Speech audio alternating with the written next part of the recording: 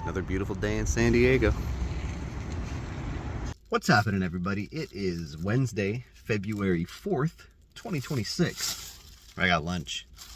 Yeah, I gotta love that lunch. Taco shops in San Diego are like on every street corner practically. One of the best things about living here is you are almost guaranteed to be within like a good 5 to 10 minute drive to a taco shop. Sometimes multiple. I think there's like 3, maybe 4 that I can get to easily in 10 minutes. God, maybe even more. Might be a dozen. There might be like a dozen I can get to in 10 minutes. There's probably like 3 I can get to within 5 minutes, but at least like a dozen within a 10-minute drive. So anyway, San Diego rules. But don't come here. There's too many people in San Diego. Don't live here. Actually, it sucks here. Don't come to San Diego. Don't come to San Diego. This is every Stephen King book I've read since October 2024. Some of the spines are a little more distressed than others, particularly the mass market paperbacks. These are usually like smaller in size compared to something like The Stand, which is massive. I don't even know if you could do The Stand in a mass market paperback. A lot of time spent with Stephen King in the last, almost year and a half. So what I thought I would do today is I would go over all of the Stephen King books that I've read since October of 2024, which is when I started this kind of crazy journey to get through his entire body of work, his bibliography, if you know the word. That's just, it's a list of books that he's written.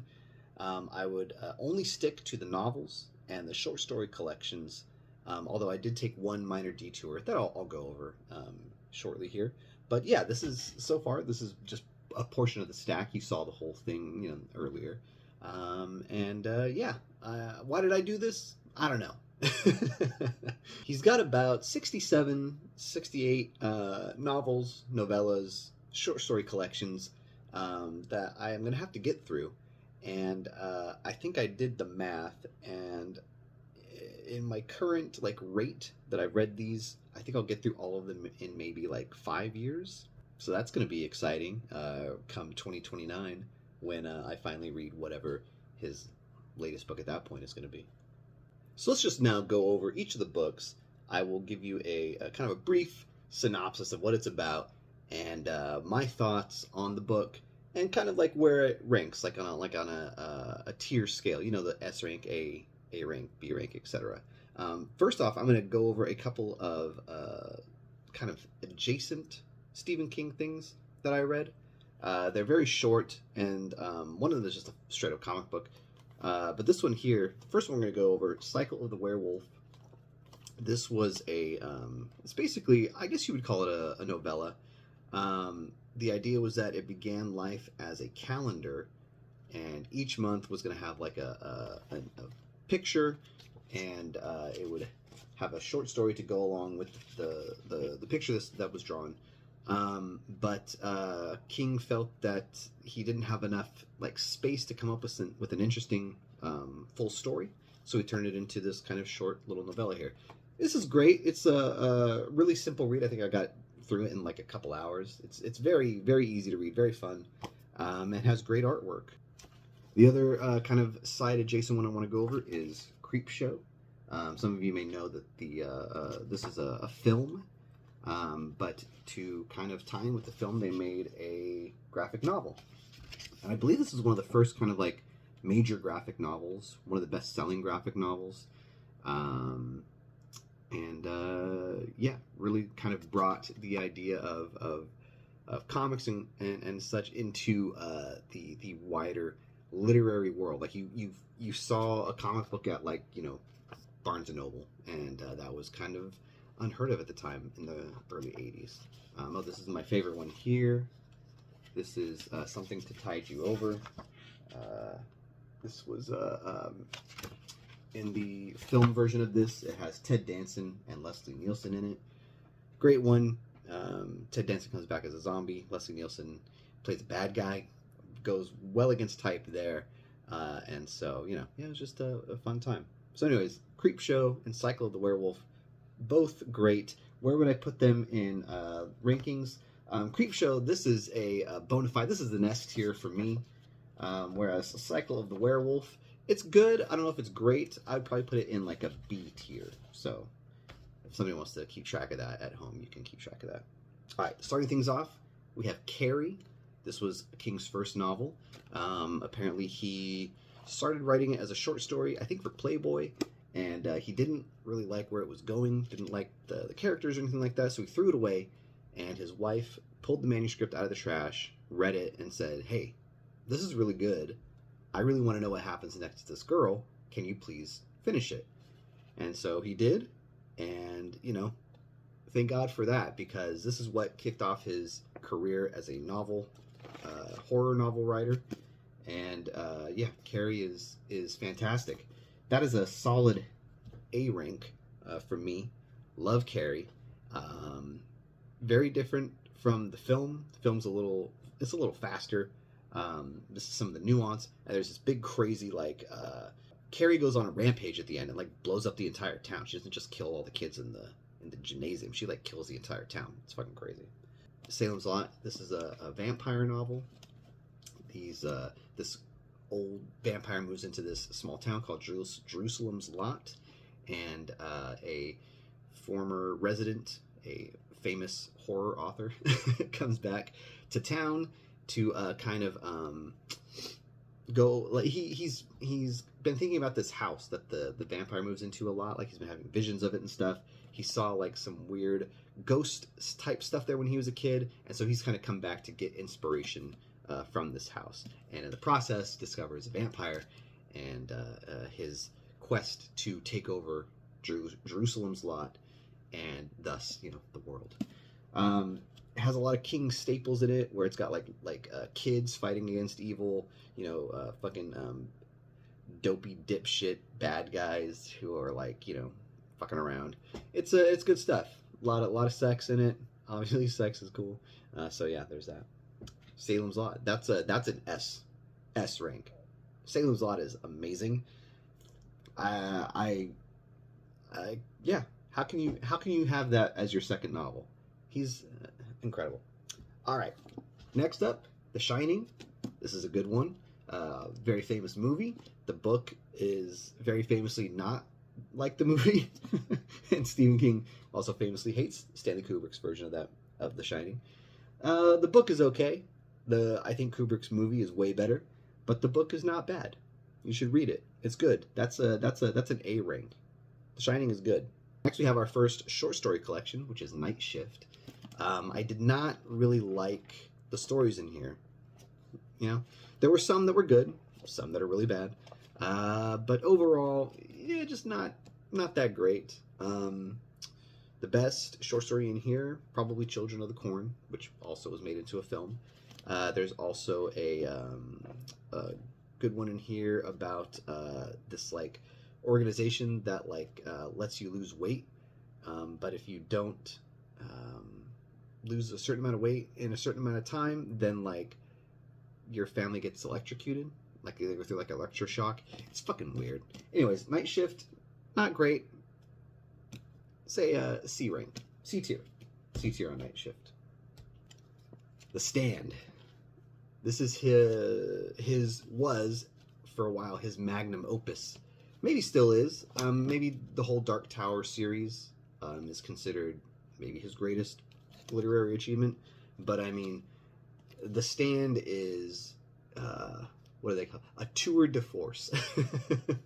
This is a story about a virus that basically wipes out all of humanity.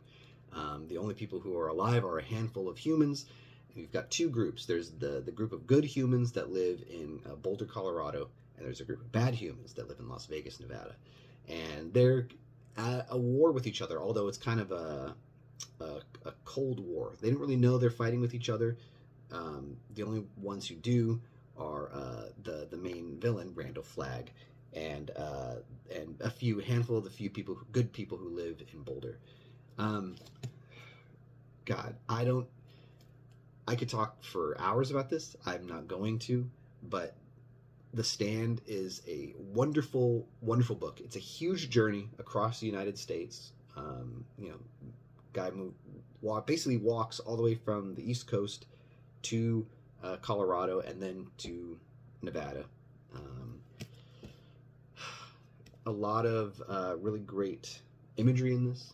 A lot of really great moments, scenes, things I'm never going to forget, things that I will remember for the rest of my life. The Stand is an incredible novel, and probably my favorite book out of all the ones I've read here. Yeah, we've already found it. The Stand is my favorite Stephen King novel. It's great. S tier, S plus plus plus plus plus plus tier. This is an incredible novel. Go read The Stand if you've never read The Stand. Okay, now we have our first Bachman book. So for a little while, Stephen King had some old manuscripts that he didn't really quite love. These were written before Carrie and Salem's Lot and everything, but they're just kind of sitting in drawers. Didn't really get picked up, and he didn't really want his name on them because he was kind of building this kind of cult already, and he didn't want maybe what people might consider lesser books to be under his name. So anyways, he wrote this under the name Richard Bachman, although it took almost no time for people to figure out that Richard Bachman was Stephen King, and people liked the books anyway. So anyways, this is The Long Walk. It just got made into a movie, came out last year. This is a dystopian future where the United States, basically everybody is starving. Think the Hunger Games. It's basically the start of the Hunger Games, right? Everybody's starving. All the rich have all the money and all the food, and the poor people have to kind of work under them for scraps. So in The Long Walk, what happens is every year, one kid from each state comes together in Maine and has to basically walk. And they walk. You have to keep up a pace of 3 miles an hour, otherwise you'll get a warning. After your third warning, if you don't catch up to 3 miles an hour within like 10 seconds, then they kill you. And the last kid to live is the winner. They get like tons of money and a single wish for anything that they want.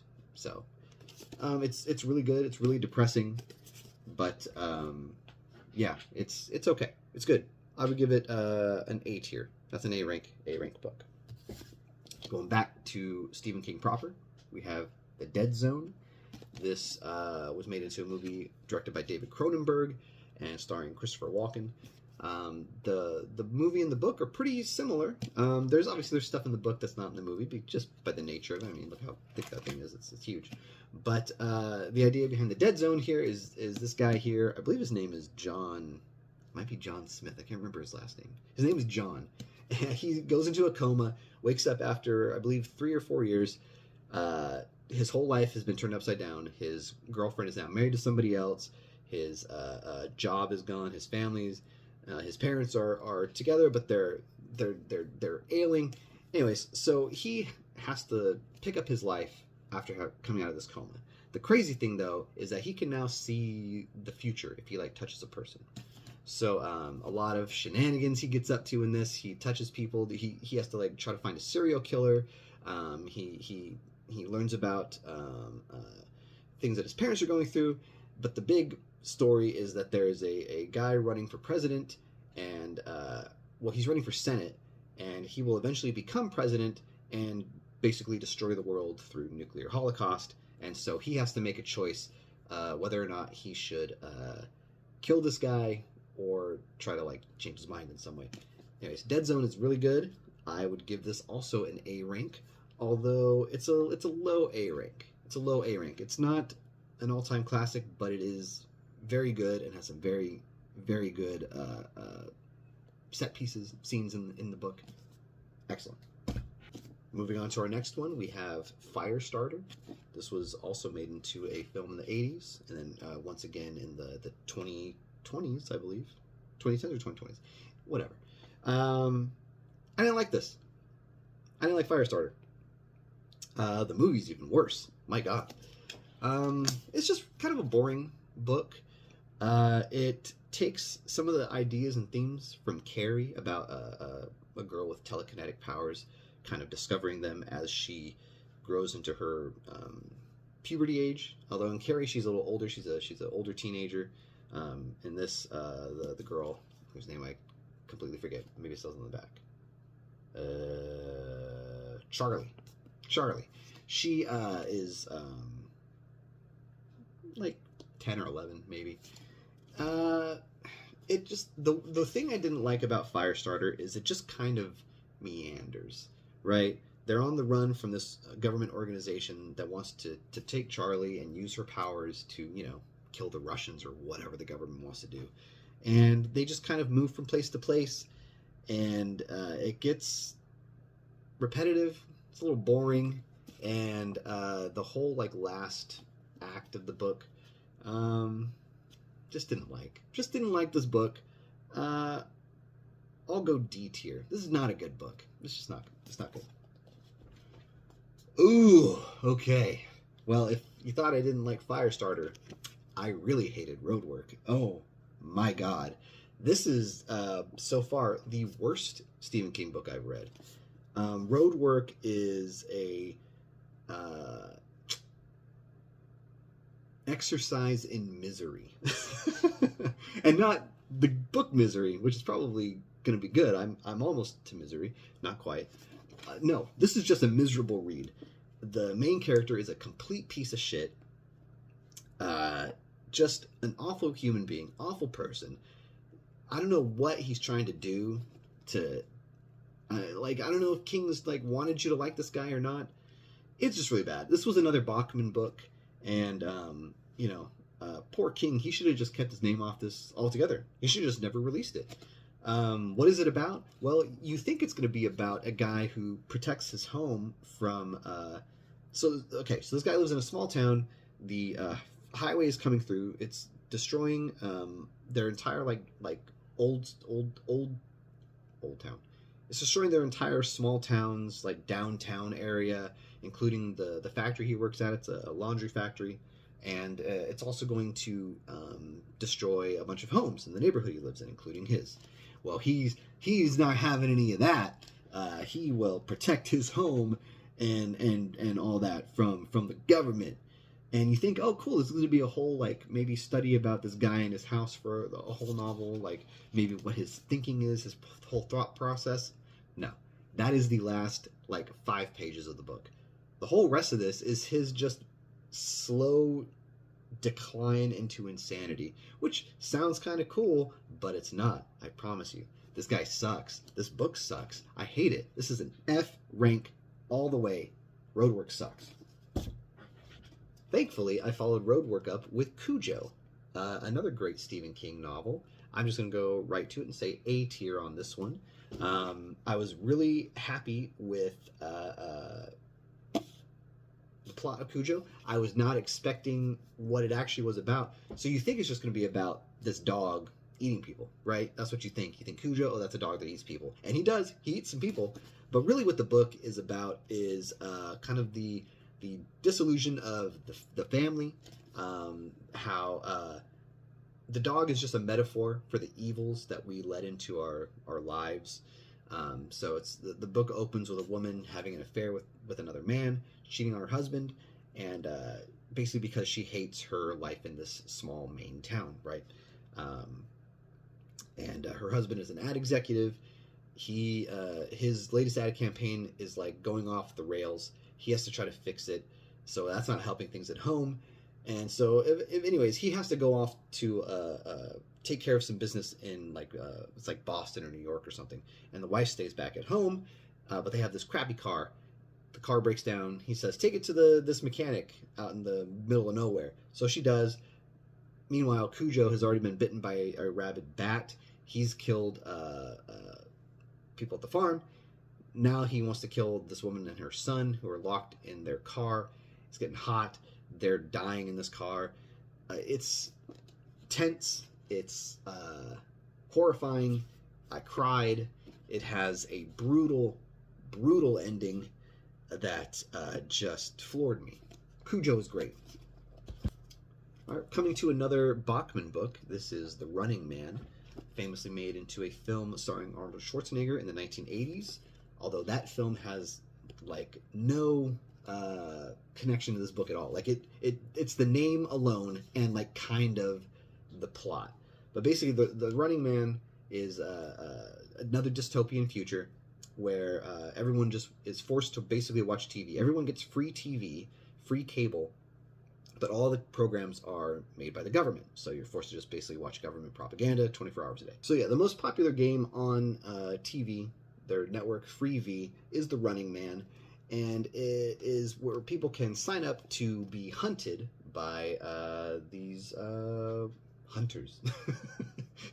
They're chased by these hunters across the country. I think they have to survive in the book for 30 days. And there was a new movie that came out. I think they changed it to 7 days or 14 days. I don't know. It's been a minute since I've read this. It might be 7 days in this. I don't remember. Anyway, the guy's on the run, trying to survive while these dudes are hunting him. A big commentary, obviously, on the upcoming reality TV movement. This was written in the 1970s, and we didn't really see reality TV take off until the 90s, and reality game shows in like the 2000s. So this was way ahead of its time. King was right on the money with what we would be acceptable watching on television and how we would react to government propaganda.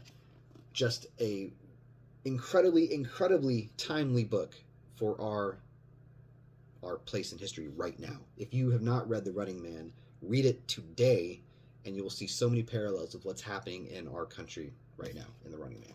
Fantastic. A rank. All right, so we've come to the first book in the Dark Tower series. This is The Gunslinger, and this is, it's not my favorite King book, but it was the most fun to read, and maybe the fastest one I read, other than Cycle of the Werewolf. I finished this in less than a week. It reads super fast because it's just nonstop action, fast-paced, fun.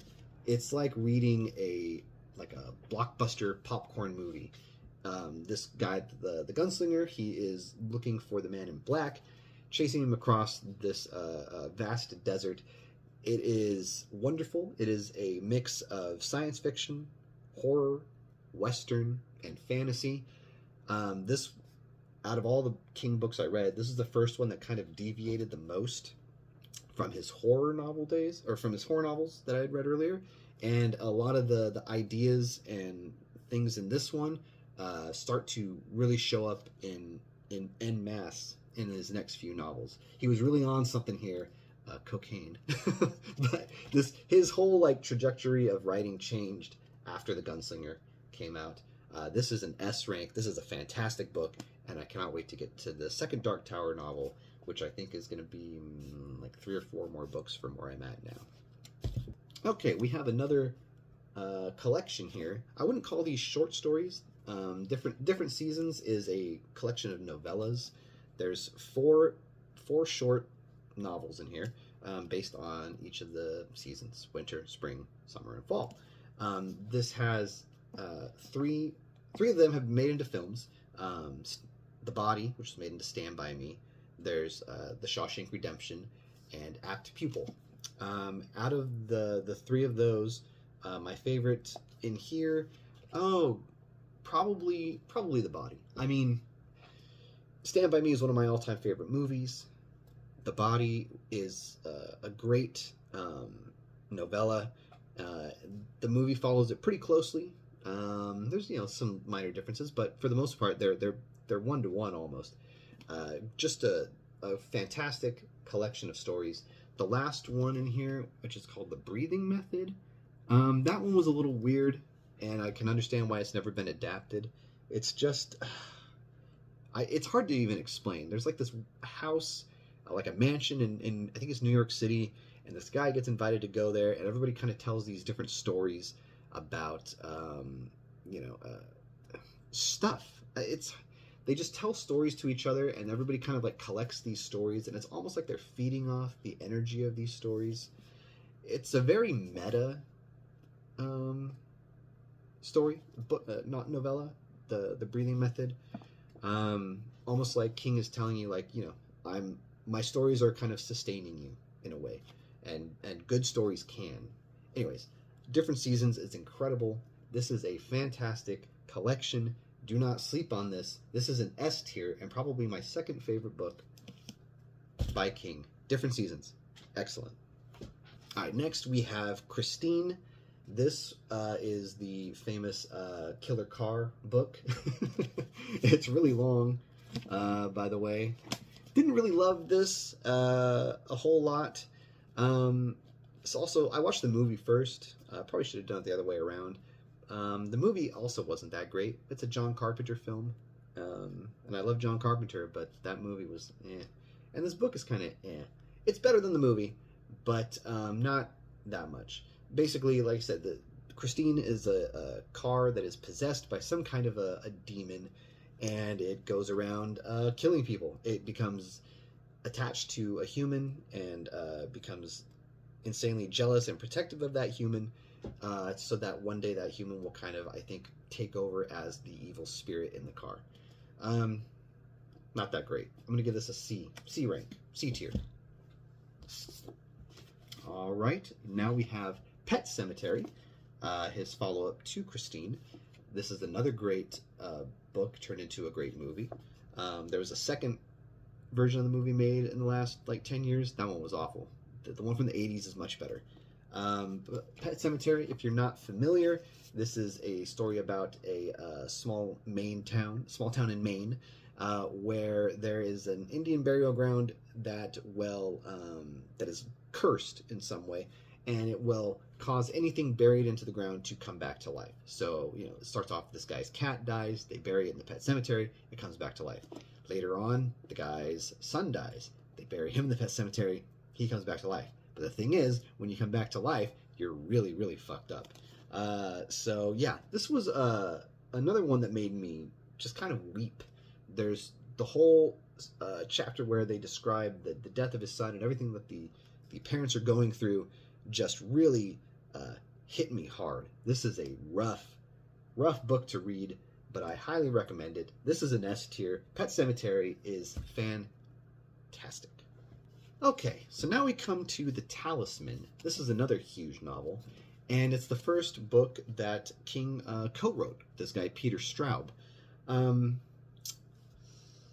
I first started reading The Talisman, I was really kind of bored with it.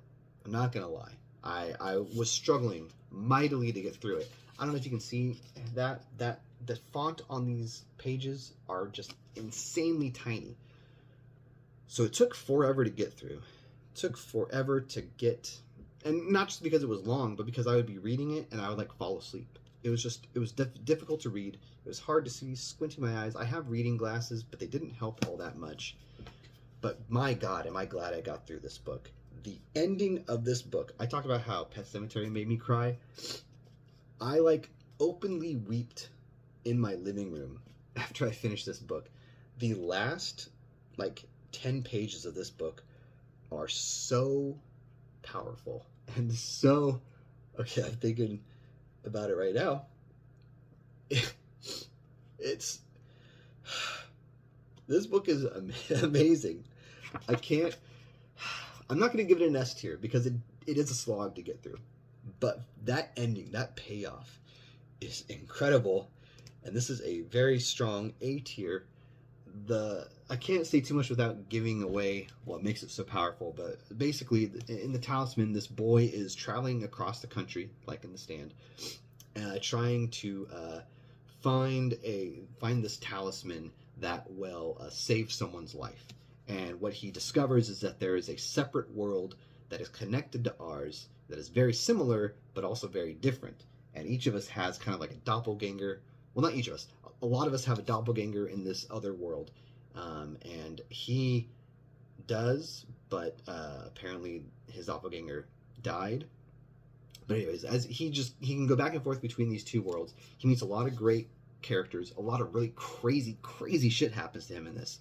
The Talisman is almost kind of like it's almost like a retelling of every book King had written up to this point. If you read through this and you've read all those other books before The Talisman, you can find little things that are like, oh, that's kind of like something that happened in Carrie. That's like something that happened in Cujo. That's like something that happened in The Stand. That's like something that happened in Pet Sematary. That's like something that happened in The Gunslinger. There's just everything in his previous novels that are all piled up over here that you can't see are kind of referenced in this. It's a wonderful book. I said, very difficult to get through, but that ending is top notch. S tier ending, A tier book. Check out The Talisman. If you are a devoted Stephen King fan, you got to read The Talisman. If you love fantasy books, read The Talisman. Continuing on with the fantasy novels, we have The Eyes of the Dragon. This is, I guess you can kind of call it his first young adult novel in a way. He dedicated the book to his teenage son and Peter Straub's teenage daughter. And this is a book that you can clearly tell was written, like, The Talisman took a lot out of King, it seems like. It's very, very detail-oriented. It's very dense. And The Eyes of the Dragon is just a lighthearted romp, as much as a lighthearted romp about a evil wizard trying to kill a prince can be. I know it says The Eyes of the Dragon on here, and you think, oh, is there going to be dragons in this?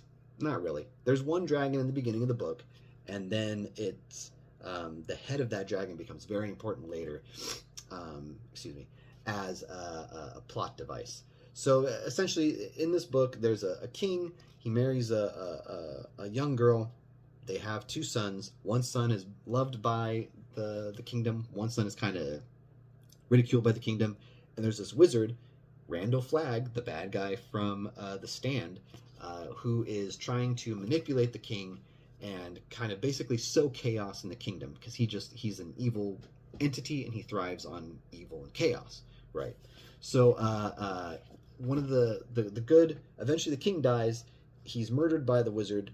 The good son is framed for it. They lock him in a tower, and most of this book kind of takes place in that tower with the good prince trying to figure out how to escape and what he goes through, his mental state, and also just kind of what the kingdom is going through. It's an okay book. It's not great. I'm gonna give it a B tier. It's not his best, but it was a nice palate cleanser after the fucking slog of The Talisman.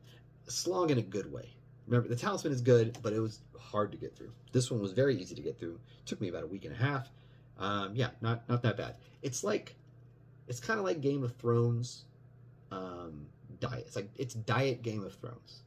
This came up before Game of Thrones, though. So anyway,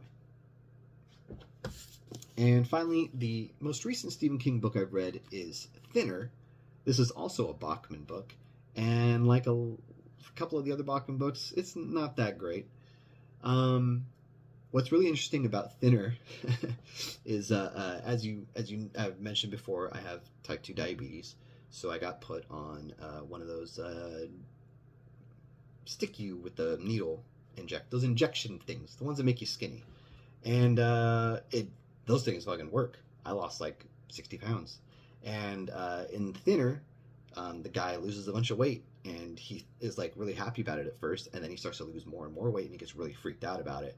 And that's kind of how I felt taking this drug also. I lost a lot of weight at first. I was like, hey, this is cool. And I was like, I'm still losing weight. Why am I still losing weight? Oh my God, am I losing too much weight? I'm going to say I'm at a healthy-ish weight. I'm not like I'm like 6 pounds over what is considered my healthy weight, but I'm like much skinnier than I was. Anyways, back to Thinner. Enough about me. This isn't about me. This is about Stephen King today. Thinner is this man kills a gypsy woman with his car while he's getting a blowjob from his wife. Uh-oh. So he's found not guilty through kind of a conspiratorial means. He's friends with the judge. He's friends with the police because he's a lawyer himself. So he basically gets off.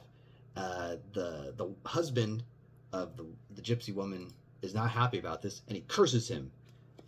He's basically going to lose weight until he withers away into nothing. It's a very cool premise, but the book just wasn't that good.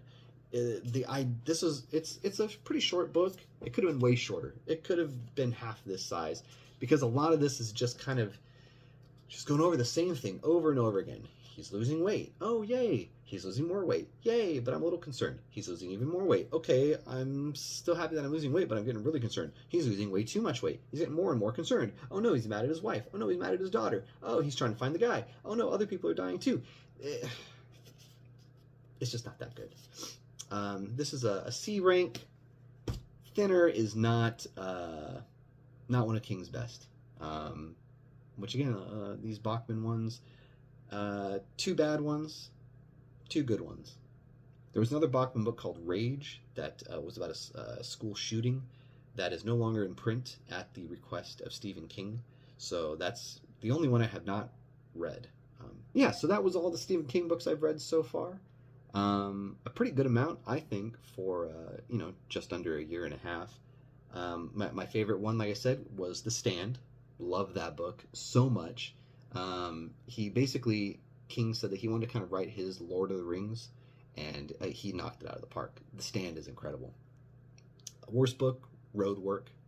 What a dog shit book. Sorry, if Stephen King's watching this, I apologize, but Road Work sucks. What were you thinking, man? My God. Okay, well, I think that's going to be it for today. Hope you enjoyed this. If you'd like to see me do more of these kind of things, let me know. The song I'm thinking about today has been stuck in my head all morning, all afternoon. It's called Audrey in the Country by a band called Envelopes. They're a Swedish indie pop band. I don't know why, but yeah, Audrey in the Country. It's a good one. You should go check it out. It's on Spotify. That's it for me today. Have a good one, everybody, and I'll see you tomorrow. Bye.